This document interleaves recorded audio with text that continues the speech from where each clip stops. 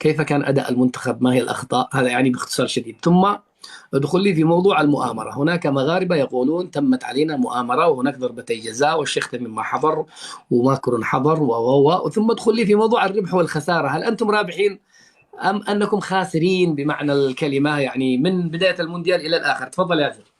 والله هو المونديال احنا نستأذن من قطر أنها سمحت لنا بتنظيم كأس العالم الذي لم يتأتى لنا أن ننظمه في المغرب، أوف فنظمناه أوف أوف أوف عندها أوف في أوف, أوف. لحظة قطر. لحظة لحظة، هذه كبيرة يا ياسر، هذه كبيرة. عيدها عيدها عيدها عيدها نحن إذا أعجبتني. نستأذن من قطر ومن أمير قطر أيوه. الذي سمح لنا بتنظيم كأس العالم في قطر، ونجحنا في تنظيمه كيف بعد ما إذن قطر. والله يعني؟ شاركنا إيه كمل. في أمن هذه المظاهرة ونجحنا. شاركنا في تنشيط المظاهرة بمجموعات يعني ترفيهية وغنائية في شوارع قطر وفي أسواق قطر، ونجحنا. وكذلك شاركنا بفريق جعل العرب ترفع لهم القبعة، جعل العرب يفتخرون بهذه المشاركة، جعل العرب يحتلون الصدارة ويكونون في المربع الذهبي أبى من أبى وكره من كره. الله. فهذا فخر لنا، نحن ربحنا، والله ربحنا أكثر من ذلك الكأس الرمزي. إن كانوا يقولون يا أخي أسعد أن الرياضة تهذيب للنفوس قبل أن تكون إحراز للكؤوس، فالحمد لله بينا بأن نفوسنا مهذبة، بينا بأن علاقاتنا بالأمهات وبالوالدين في قمتها وسر نجاحنا وتألقنا، بينا بالله. على أن السجود لله عز وجل خير شعار تحمله، الله وخير حركة تقوم بها، الله وخير ما تعبر به عن الله النجاح. الله الله. فالحمد لله سجدنا أمام الملايين وأمام الملايير. علمنا لمن لا يعرف ما معنى السجود أن بالسجود لله عز وجل ترفع الهمم. الله أكبر الله أكبر. نجحنا في أن نقول أمام خسيس ملعون تطاول على محمد عليه الصلاة والسلام، نجحنا في أن نأسره لمدة 90 دقيقة ونرغمه على أن يسمع لا إله إلا الله محمد رسول الله لمدة 90 دقيقة. فالحمد لله على منته، الله. والله الحمد لله. أما عن تميم فوالله نقول له ونرفع لك القبعة، وما شاء الله والله بعض المرات لم نكن نعرف هل أنت قطري أم مغربي، إنما أنت عربي مسلم، ودماؤك دماؤنا وروحك روحنا. فما شاء الله على هذا الرجل الذي يعني كان يقفز من مكانه هو والأبناء ديالو والزوجة ديالو ما شاء الله. يعني نرفع له القبعة ونقول له شكرا، بارك الله فيك، استقبلتنا خير استقبال وتألقنا في أرضك ما شاء الله بتألق منقطع النظير. أما عن قضية المؤامرة يا أخي أسعد، نحن كنا في المربع الذهبي، أي مؤامرة يتكلمون عنها؟ فالحمد لله حتى وإن كانت مؤامرة فالحمد لله أن هذه المؤامرة وصلنا بها إلى المربع الذهبي.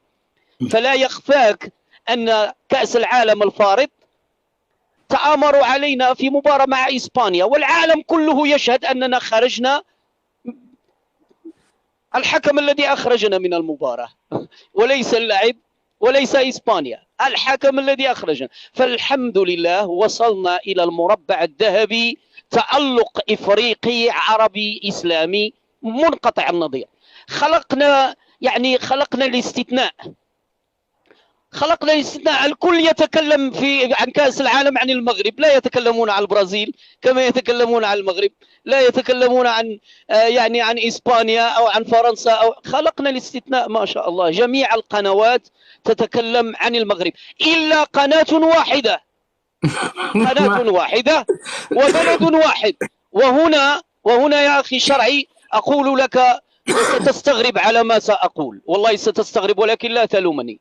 والله أشكر فرنسا، أنا أشكر فرنسا وأشكر الفريق الفرنسي، أشكره وأبارك له هذا الفوز. ربما تقول ماذا يقول ياسر، هل جن ياسر أم ماذا؟ لا، والله أشكر هذا الفريق الذي أدخل الفرح والسرور على دولة يعني عم عليها الغبن والتشاؤم، وانتشر بينها السب والكلام القبيح، فجاءت فرنسا لتعيد إلى ابنها المدلل الصغير قليلا من الفرحة والسرور. فنحن كما يقولون المسلم يجب أن يحب لغيره ما يحب لنفسه. الحمد لله فرحنا ضد إسبانيا، فرحنا ضد البرتغال، فرحنا ضد كرواتيا، فرحنا يعني ما شاء الله. فلا نستخسر فيهم هذه الفرحة الجميلة حتى وإن كانت فرحة فرنسية، فلينعموا طيب بالفرح. طيب هم انا شفت احتفالات، ترسلوا لي مقاطع من سوق واقف يعني يحتفلون. يعني شفت انا نعم نعم.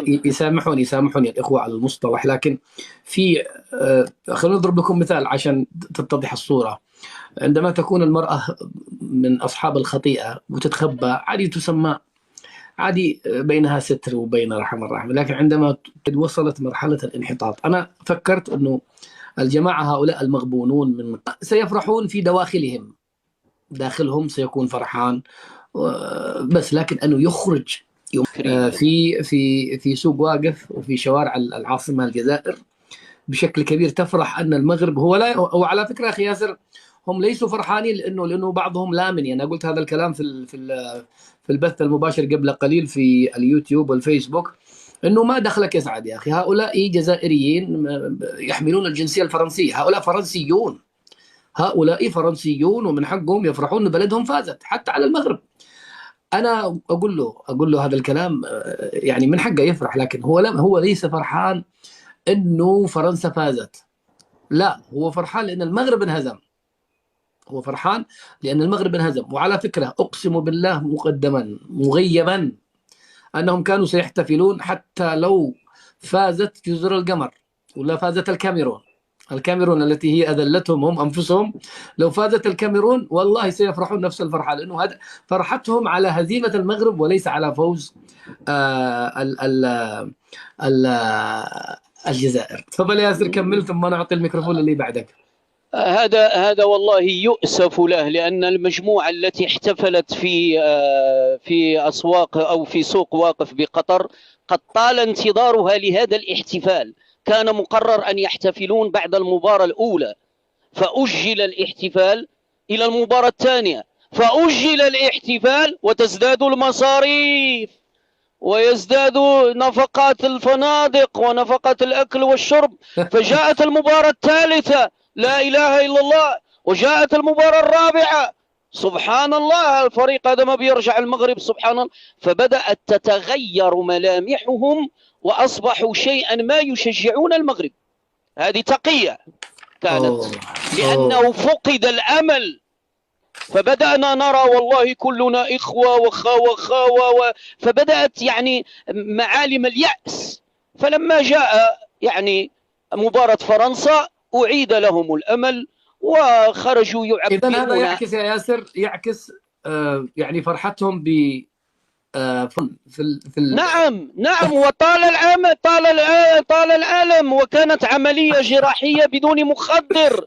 أيوة. وكان بعض الدجاج تعسر عنه وضع البيض لمدة طويلة. وأنت تعرف أن الدجاجة عندما يتعسر وضع البيضة يكتر صراخها، ونحن نقول دجاجة قاقي، يعني يكتر الصراخ. فالحمد لله تيسر الأمر ووضعت البيضة. طيب أنا سامحني الأخ هذا أمازيغي قبل أن أعطيه الميكروفون يعني ينتهز وجود الأخ ياسر. أنا قلت في البث المباشر السابق نفترض جدلا أنه المغرب دخلت الكاس بدون هذا المعاني الذي رسختها من تقبيل الأمهات ومن سجود لله ومن تواضع في اللاعبين ومن أني كسرت سايكس بيكو وقولبت المجتمع الإسلامي في قالب واحد.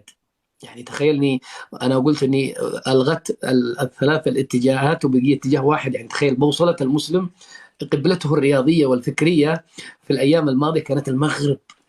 لو فرضا أخي ياسر ما فيش هذا المعاني الذي أنا ذكرتها لك، لا سجود ولا هذا اللحمة الإسلامية الذي شكلتها المغرب، ولا تقبيل الأمهات في الملاعب، ولا هذا التواضع الجميل. وفازت المغرب بكأس العالم، نفترض فزتوا بكأس العالم، رجعتوا بهذا الكأس، فرحتم أنتم كمغاربة 40 مليون، 40 مليون ستفرحوا به أنتم ليس إلا، وترجعوا بالكأس ويكون اسمكم المغرب بطلة كأس العالم 2022. أيهما أفضل بالله عليك؟ ما أحرزتموه اليوم والله الآن، دقيقة والله دقيقة، الآن. لحظة يا ياسر، لحظة يا ياسر.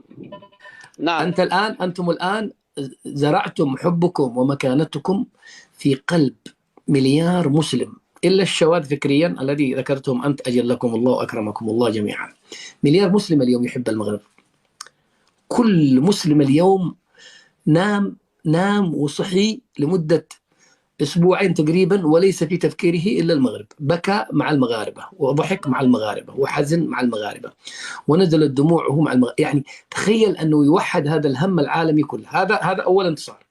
فزتم، يعني فزتم ورب الكعبة فزتم بأن أوجدتم لأنفسكم مكانة بدافع ديني. شوف، أنا ما حبيتك كرويا يا أخي، يا أخي أنا أقول لها المغاربة والله ما حبيت لا مهارات زياش ولا حبيت يعني شجاعة بونو.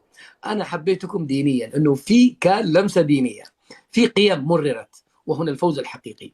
أولا زرعتم لأنفسكم محبة في قلوب جميع المسلمين إلا من أبى، إلا الشواذ فكريا. ثانيا دمرتم موضوع الإلحاد.